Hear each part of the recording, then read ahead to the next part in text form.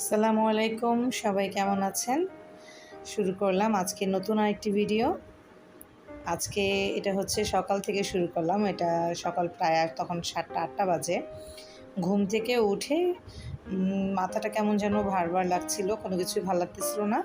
তো ভাবলাম যে আজকে একটু হালকা পাতলা নাস্তা খাবো। তাই প্রথমে একটু আ চা বসিয়ে দিলাম, সাথে ২টা ডিম সিদ্ধ করে নিলাম। একটা মেয়ের জন্য, একটা আমার জন্য।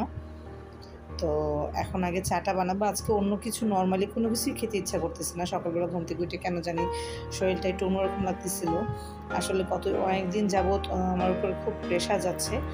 একটু কাজের চাপটা অনেক বেড়ে গেছে। একটু বলবো না, অনেকটা বেড়ে গেছে। হচ্ছে যেহেতু আমার হাসব্যান্ড বাহিরে থাকে, তো মানে এখন যে কাজকর্ম বা এখন যে প্রেশারের মধ্য দিয়ে যাচ্ছি, ওর অভাবটা মানে হাড়ে, হাড়ে টের পাচ্ছি আরকি। যাই হোক, ২ জনের কাজ আমাকে একজন সামলাইতে হচ্ছে। ঘরে বাহিরে এগুলো তো আগেই একটা প্রেশার ছিল। তো এখন হচ্ছে যে আরও অন্যরকম আরকি। যেহেতু বাড়ির কাজ ধরবো। বাড়ির কাজ ধরার আগে অনেক ধরনের প্রিপারেশন থাকে, অনেক কাজকর্ম থাকে, সেগুলাকে সারতে গিয়ে একদম আমার নাজেহাল অবস্থা। তো যাই হোক, একটু চা করে নিলাম। মাথাটা যেহেতু একটু ভার এজন্য একটু চা করে নিলাম। সাথে ডিম সিদ্ধ নিয়ে নিলাম। প্রেশারটা একটু লো লাগছিল। আর এমনিতেও অন্য কিছু খেতে ইচ্ছে করতেছিল না। তো আমাদের এখানে একটা লাইভ বেকারি আছে, যেখানে প্রতিদিনের রুটি প্রতিদিন তৈরি করে। তো সেখান থেকে বাটার বোর্ড নিয়ে আসছিলাম। তো হাফ বাটার বোর্ড নিয়ে নিলাম। বাস, তো আজকে এতটুকুই খাবো, অন্য কিছু আর ভালো লাগছে না। তো সকালবেলা একটা জিনিস, গরম হোক বা শীত, হালকা ধোয়া ওঠা একটা গরম চা যদি সকালবেলায় খাওয়া যায়, তখন মনটা একটু অন্যরকম হয়ে যায়। যাই হোক, খাওয়া-দাওয়া শেষ করে চলে আসলাম রান্নাবান্নার কাজে। তো আজকে হচ্ছে একটু অন্যরকম রান্না করব। এখানে অনেকগুলো মাছের মাথা দেখতেছেন। মাছের মাথাগুলো হচ্ছে যে যখন মাছ-টাছ একসাথে বাজার করে নিয়ে আসি, তখন তো অনেক মাথা হয়। প্রতিদিন এত মাছের মাথা আসলে রান্না করে খাওয়া হয় না। আমার আবার মাছের মাথাগুলো একটু অন্য রেসিপিতে রান্না করতে ইচ্ছে করে, সেটাই আজকে আপনাদের সাথে শেয়ার করব। তো এদিকে মাছগুলোকে ভিজিয়ে রেখে আমি যে থালা বাসনগুলো ছিল সেগুলো একটু ধুয়ে নিচ্ছি আরকি। রাত্রে আসলে কাজ করতে ইচ্ছা করে না। যেহেতু সারাদিন অনেক পরিশ্রম করি, রাতের বেলা কেন জানি খাওয়া-দাওয়ার পরে শরীরটা একদম ছেড়ে দেয়, তখন আর কাজ করতে ইচ্ছা করে না। তো এখন এগুলাকে সকালবেলায় ধুয়ে নিচ্ছে হচ্ছে। আজকে এমনিতে কোনো কাজ নেই। আজকের দিনটা মোটামুটি ফ্রি আছে। আজকে আমার ছোট ছেলের পরীক্ষাও নেই।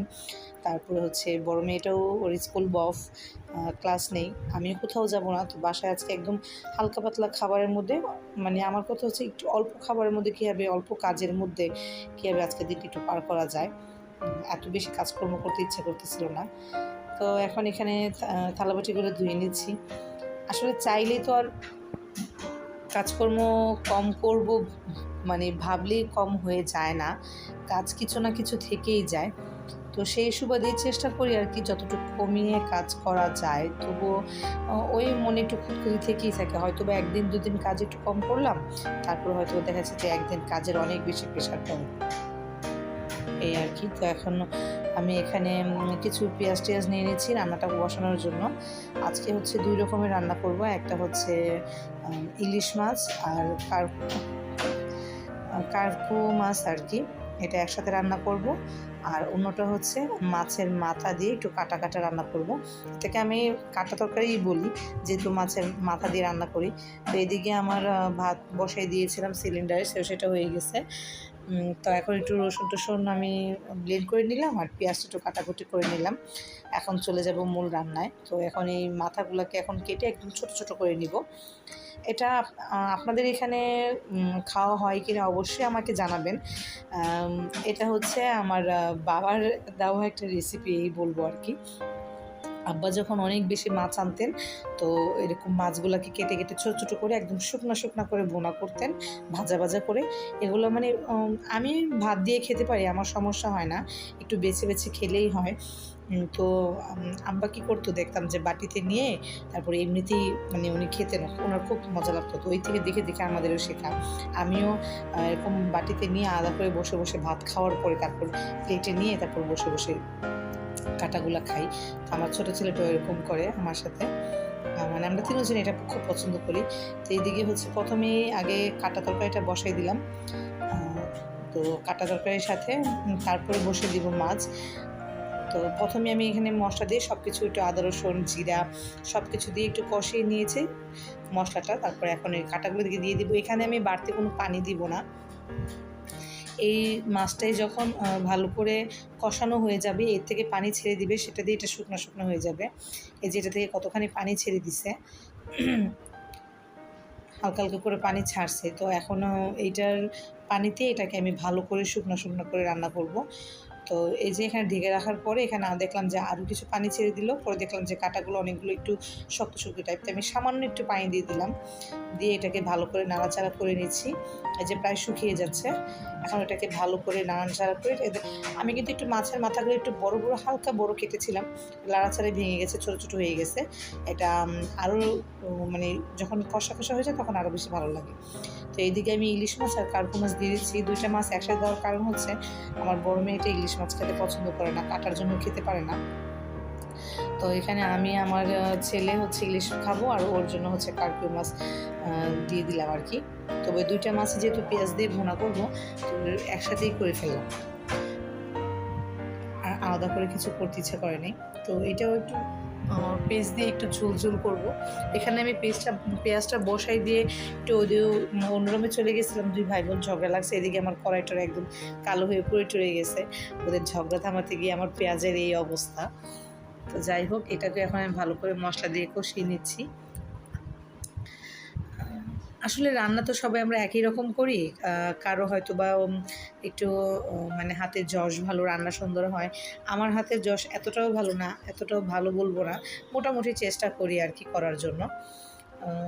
তবে যেমনই হোক আলহামদুলিল্লাহ, আমার ছেলেমেয়েরা পছন্দই করে আমার হাতের খাবার। তো এখন বাসায় আমরা নর্মালি যে রান্নাবান্না করি সবার রেসিপিটা মোটামুটি একই ধরনের থাকে, তাই আমি নতুন করে আপনার সাথে আর নতুন কোনো রেসিপি শেয়ার করি না। বাস শুধু ভিডিওতে দেখার জন্য আর কি, মানে আমি বাসায় কী কাজকর্ম করছি সেটা আপনার সাথে শেয়ার করি। কাজকর্মগুলো কিন্তু আমরা সবাই করি বাসায়। তো হচ্ছে আপনারা হচ্ছে অফ ক্যামেরায় করেন, আমি হচ্ছে অন ক্যামেরায় করি, বাস এতটুকুই পার্থক্য। চেষ্টা করি একটু শেয়ার করার জন্য আপনাদের সাথে। তো এই তো রান্নাবান্না শেষ করে এখন খাওয়ার পালা। এই যে নিয়ে নিয়েছি। আজকে কেন জানি সকাল থেকে খুব ইচ্ছা করতেছিল যে মাটির পাত্রে আজকের দিনটা খাবো, তাই সব কিছু মাটির পাত্রেই নিয়ে নিচ্ছি। তো এখন খাবারটাও দুপুরে মাটির পাত্রে নিয়ে নিলাম। অবশ্যই জানাবেন আমার রান্নাটা দেখতে কেমন হয়েছে। আর আমার লেবু দিয়ে সব সময় ভাত খেতে খুব ভালো লাগে, খুব। তো খাওয়া দাওয়া করে শুয়েছিলাম, এর মধ্যে আমার একটা পার্সেল আসলো। তো আমি একটা মোবাইলের স্ট্যান্ড অর্ডার দিয়েছিলাম। আমার আগে একটা স্ট্যান্ড ছিল যেটা আমি দারাজ থেকে নিয়েছিলাম, কিন্তু সেটার কোয়ালিটিটা এত ভালো ছিল না, আমার থেকে মেবি 500 টাকা নিয়েছিল, এত ভালো ছিল না। তো সেটা আমার 2-1 মাস ব্যবহার করার পরেই নষ্ট হয়ে যায়। তো গত 2 মাস যাবত আমার কোনো মোবাইল স্ট্যান্ড ছিল না, যে কারণেও আরও ইচ্ছে করে আর ভিডিওটা করা হয়নি, কারণ হাতে নিয়ে নিয়ে ভিডিও করাটা আসলে পসিবল না। তো সেজন্যই আর কি। তো এটা আমি একটা অনলাইন থেকে আনা হয়েছে আর কি, অনলাইন থেকে নিলাম। এবার স্ট্যান্ডটা খুব ভালো হয়েছে, এটা খুব মজবুত। আমি আসলে যতটা আশা করছিলাম তার থেকেও খুব বেশি ভালো। আর এটা হচ্ছে 360 ডিগ্রি অ্যাঙ্গেল এটা ঘোরানো যায়, খুবই ভালো বলবো আমি। এটা আমার খুব পছন্দ হয়েছে। এটা একটু প্রাইসটা বেশি নিলেও আমার কাছ থেকে ভালোই লেগেছে। তো এখনও এভাবে শুয়েছিলাম, রাত্রে আর কোনো কাজ করতে ইচ্ছে করতেছে না। সকালেই বলছিলাম যে আপনাদেরকে একটু মানে একটু চোরামি কাজ করবো আর কি আজকে। তো যাই হোক, সন্ধ্যার সময় খাবার টাবার কিছুই খাই নাই, ভালো লাগতেছিল না। হঠাৎ করে রাত্রে 10টা 10:30 বাজে। তো এর মধ্যে আমার আর আমার মেয়ের ঝাল খেতে ইচ্ছে করতেছিল, তখন নুডলসটা রান্না করলাম। তো নুডলস রান্না করে খেতে খেতে মোবাইল স্ক্রল করলাম, সেখানে দেখলাম যে ডিমের চাটনি। তো ভাবলাম, এখন কিন্তু প্রায় রাত্রের 11:30টার মতো বাজে, ভাবলাম যে মা মেয়ে একটু ডিমের চাটনি করে খেয়ে নেই। এদিকে হচ্ছে আমার ছেলে ঘুমিয়ে গেছে। তো যেহেতু ঘরে কিছুই ছিল না, শসাও ছিল না, ধনেপাতাও ছিল না, কাসুন্দিও ছিল না। তো আমার সামনে যাই ছিল, যেহেতু ঝাল খেতে ইচ্ছে করতেছে, বেশি করে শুকনো মরিচ, বিট লবণ আর পেঁয়াজ কুচি কুচি করে কেটে নিলাম। ভাবলাম যে যাই আছে ঘরে এটা দিয়েই সেরে নেব, তবুও একটু খাই, মানে খুব ইচ্ছে করতেছিল। তো এখানে একটু তেঁতুলের চাটনি বানিয়ে নিয়েছিলাম। তেঁতুলের চাটনি বলতে এখানে হচ্ছে তেঁতুলটাকে একটু নরম করে ভিজিয়ে রেখে একটু কাট করে নিয়েছিলাম, সেটাতে আমি পেঁয়াজ আর এটা সব কিছু দিয়ে দিলাম। আর হচ্ছে এখন টমেটো সস দেবো, একটু চিনি দিব। চিনিটা আসলে নর্মালি কেউ দেয় না, কিন্তু আমার খুব ইচ্ছে হচ্ছে যে টক মিষ্টি ঝাল হবে ব্যাপারটা, কেমন লাগবে। তো এই জন্য একটু হালকা করে একটু চিনি দিয়ে দিলাম। এখন এটাকে ভালো করে নেড়ে চেড়ে, শসা থাকলে মেবি ধনেপাতা থাকলে আরও বেশি টেস্টি হতো। তো যেহেতু শসা নেই, সো কি আর করার, এইভাবেই করতে হবে। বানানোর সময় মানে বানাচ্ছিলাম আর ভাবছিলাম যে জিনিসটা কেমন হবে খেতে শসা টসা ছাড়া। পরে যাই হোক, আমি যখন ডিমগুলোকে কেটে নিয়ে সামনে বসে মানে প্রথম একটা ডিম মুখে দিলাম, কি বলবো, জাস্ট ওয়াও অ্যান্ড ওয়াও। আপনারা অবশ্যই এটা মানে চেষ্টা করে দেখবেন, অসাধারণ খেতে। এমনিতে ডিম কিন্তু সিদ্ধ ডিম একটা থেকে দুইটার বেশি কেউ খেতে পারে না, কিন্তু আমার মনে হয় এরকম চাটনি দিয়ে খেলে 10টা ডিমগুলো খেতে পারবে একজন, কোনো ব্যাপার হবে না। তো সবাইকে ধন্যবাদ আমার ভিডিওটি দেখার জন্য। এই পর্যন্ত আমার ভিডিওটি ধৈর্য ধরে দেখার জন্য সবাইকে আবারও অনেক অনেক ধন্যবাদ। যারা আমার চ্যানেলটি সাবস্ক্রাইব করেছেন তাদেরকে অসংখ্য ধন্যবাদ।